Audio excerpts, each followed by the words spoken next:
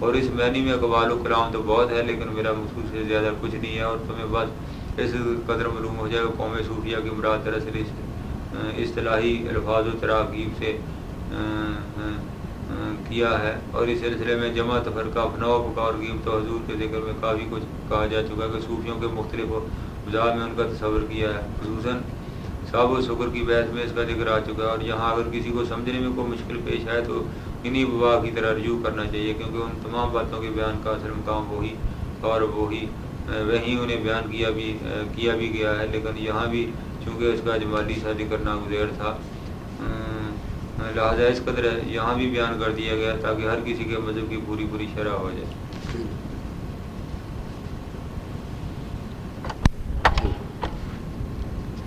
اچھا بھائی، سماع کے حکموں کے بارے میں ہیں،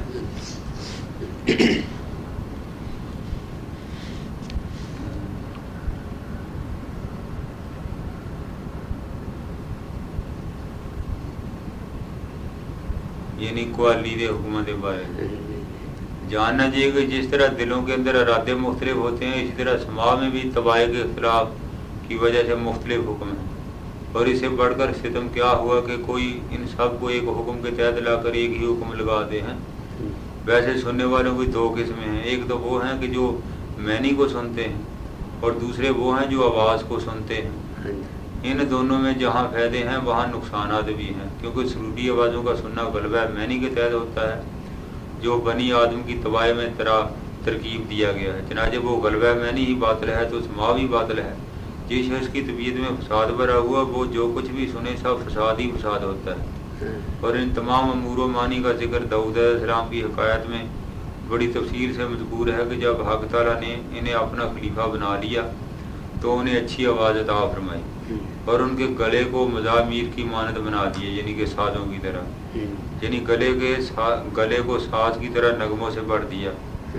پہاڑوں تک میں ان کے نغمے پہنچا دیے، یہاں تک کہ جنگل کے وحشی جانور اور پہاڑوں کے پرندے ان کے نغمے سننے کے لیے آتے، بہتے ہوئے دریا اپنی روانی کو بھول کر رک جاتے، اور پرندے ہوا میں اڑتے اڑتے زمین پر گر جاتے، اور آثار میں مذکور ہے کہ ایک مرتبہ جنگل میں ان کے نغموں سے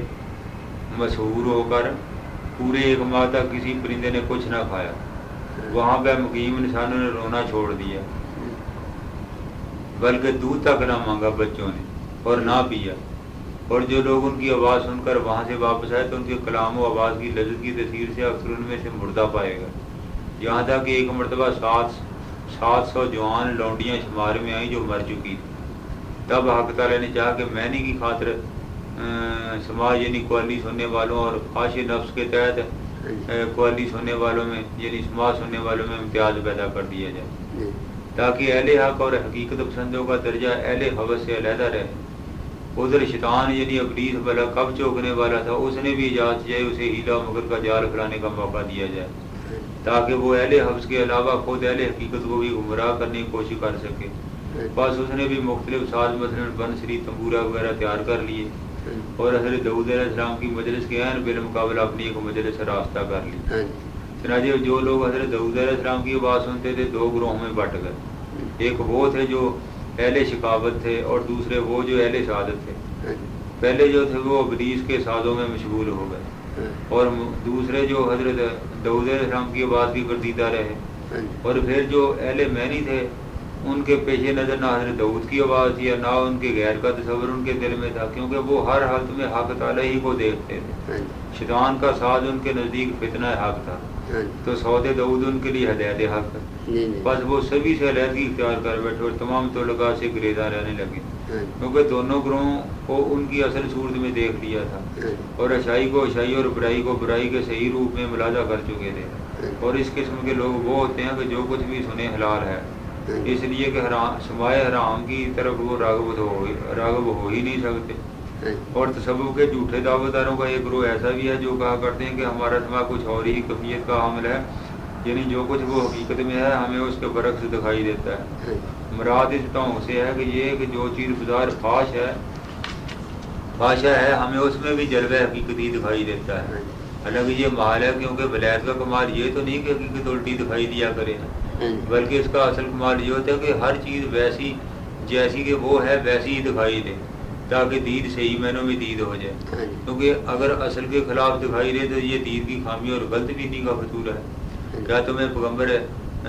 حضور صلی اللہ علیہ وسلم کا یہ ارشاد یاد نہیں کہ جس میں آپ نے فرمایا کہ بارے خدا ہمیں ہر چیز کو ویسی ہی دکھا دے جیسی کہ وہ حقیقت میں ہے. تو پھر جب دیکھنا وہی درست ہے کہ ہر چیز ویسی ہی نظر ہے جیسی کہ در حقیقت وہ ہے، تو یقیناً سننا بھی وہی درست ہے. جو کو سنو وہ اپنی صفت کے عین مطابق ہو، یعنی جو سنا جائے وہ ویسا ہی ہو جیسا کہ حقیقت میں وہ ہے. اور وہ لوگ جو ساز پر فریفتہ ہوتے ہیں اور خواہش نفس کے شکار اور لاب و بازی کے شدائی ہوتے ہیں، وہ تو یقیناً جو کچھ سنتے ہیں اصل حقیقت کے خلاف ہی سنتے ہیں. کیونکہ وہ جو کچھ بھی سنتے ہیں ہوتا تو بعض تسکین نفس و شہوت کے لیے ہے، اور وہ سمجھتے ہیں کہ درست ہے تو یہی ہے. تو یہ ان کے کانوں کا قصور اور دل کا فطور ہے. اگر وہ حقیقت دیکھنے والے ہوتے، حقیقت بین ہوتے، اور اگر ان کا سماع یعنی قولی حقیقت کے عین مطابق ہوتا تو وہ آفت کو آفت ہی سمجھتے اور برکت نہ تصور کرتے.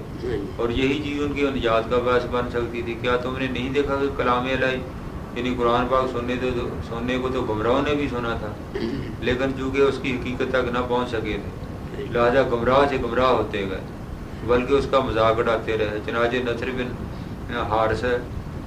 نصر بن الحارث نے کلام الہی یعنی قرآن پاک سنا تو کہہ دیا کہ ہاں بھئی یہ تو وہی پرانے لوگوں کے قصے کہانیاں ہیں. اور عبداللہ بن سعد بن نبی سرا نے جو کاتب وحی تھا یہ کہا کہ پاس بابرکت ہے اللہ جو سب سے اچھا پیدا کرنے والا ہے. ایک اور گروہ نے شاید کو دیدار الہی کی نفی کی دلیل بنا لیا، جس میں ارشاد ہوا ہے کہ اس کو تو کسی کی نگاہ محیط نہیں ہو سکتی. اور ایک گروہ نے شاید کو مکان اور جیت کے اثبات کی دلیل بنا لیا، جس میں فرمایا گیا ہے کہ پھر عرش قدرت پر اچھی طرح سے بیٹھا. اور ایک گروہ نے شاید کو دلیل تجسیم بنا لیا،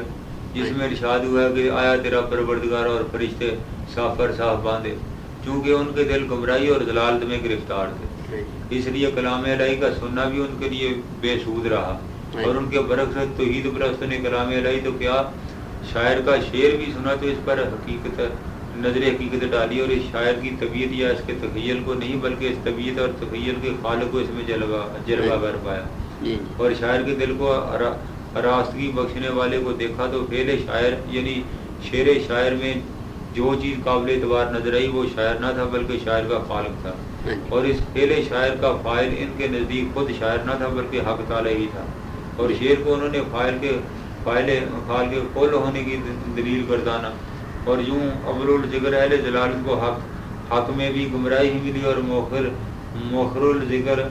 یعنی معتزلوں نے باطل کی طریقوں میں بھی نور حق کو پا لی اور سیدھی راہ ڈھونڈ لی. اور اس حقیقت سے انکار کرنا ایک کھلا ہوا مقابلہ ہے. اور مشائخ طریقت نے اللہ ان سے راضی ہو اس من میں یعنی اسماء کے بارے میں بہت کچھ کہا ہے. بڑے لطیف کلمات اقوال اور رموز ان کی طرف سے بیان ہوئے ہیں، یہاں تک کہ ان سب کا بیان کرنا یا ممکن نہیں. یہ کتاب اس طالب کی متحمل نہیں ہو سکتی. باہر کاف یہاں تک ممکن ہو سکتا ہے اس فصل میں بیان کروں گا تاکہ تمہیں زیادہ سے زیادہ استفادہ کا موقع مل سکے، اور زیادہ علم تو اللہ ہی کو ہے. ذوالنون مصری فرماتے ہیں کہ سماع حق تعالیٰ کی طرف سے وارد ہونے والا فیض ہے جو دلوں کو حق ہی کی طرف لے جاتا ہے. بس جس نے اسے حقیقی معنوں میں سنا اس نے رائے حق کو پا لیا، اور جس کا سننا خواہش نفس کی خاطر تھا وہ بے دین ہو گیا. یہ کہنے سے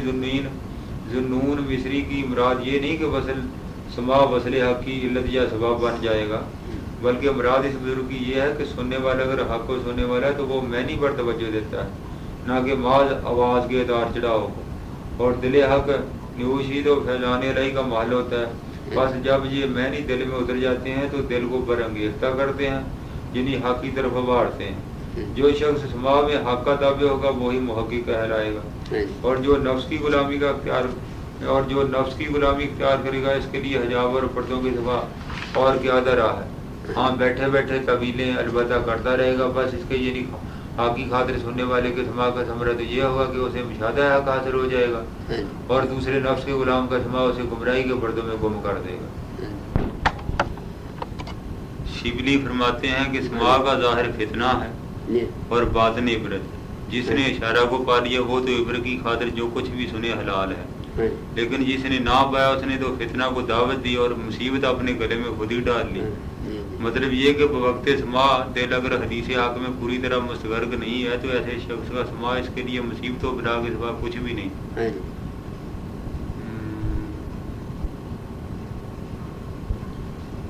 اور مشائخ میں سے ایک بزرگ کہتے ہیں سماع ان باتوں کا مشاہدہ کرنے کے لیے دل کو بانٹتا ہے جو باطن میں پوشیدہ ہوتی ہے، یعنی سماع ان رازہائے سربستہ کو آشکارا کرنا چاہتا ہے جنہیں غیبت کے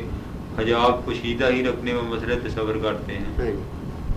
کہ ان کے آشکارا ہونے سے ہی وہ پیوستہ بحق ہو سکتے ہیں اور اس کی بارگاہ میں حاضری کا شرف حاصل کر سکتے ہیں کہ اس راز کا سربستہ اور نہاں رہنا تو اہل حق کے مرتبے سے بعید ہے،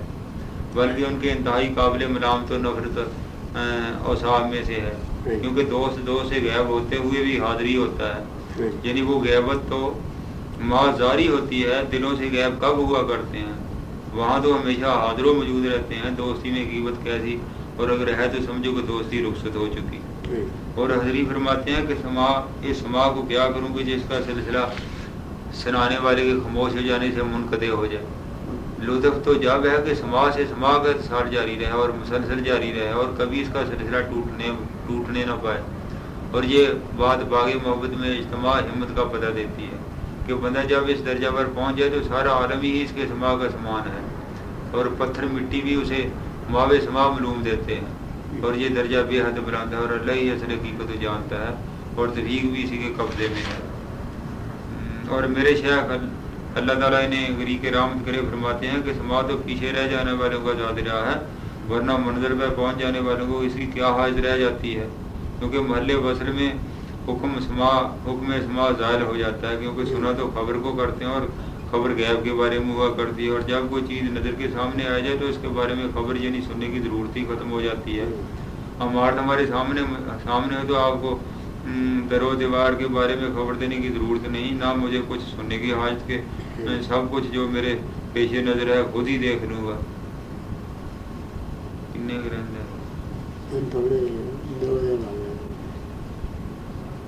بس ایک بزرگ نے سماع کے بارے میں پوچھا، ایک بزرگ سے کسی شخص نے سماع کے بارے میں پوچھا تو انہوں نے جواب دیا کہ کاش ہمیں تو اس سماع سے پوری طرح چھٹکارا ہی حاصل ہو جاتا تو اچھا تھا، کیونکہ ہر چیز کا حق ادا کرنے سے تو ظاہر ہے کہ بندہ عاجز و معذور ہے، اور کسی چیز کا حق فوت ہو جائے یعنی بندہ اس حق کو ادا کرنے سے قاصر و عاجز رہ جائے تو اسے اپنی تقصیر صاف نظر آنے لگتی ہے، اور جب تقصیر نظر آ جائے تو پھر یہی کہنا پڑتا ہے کہ اے کاش ہم اس چیز سے بالکل خلاصی پا جاتے تو اچھا تھا۔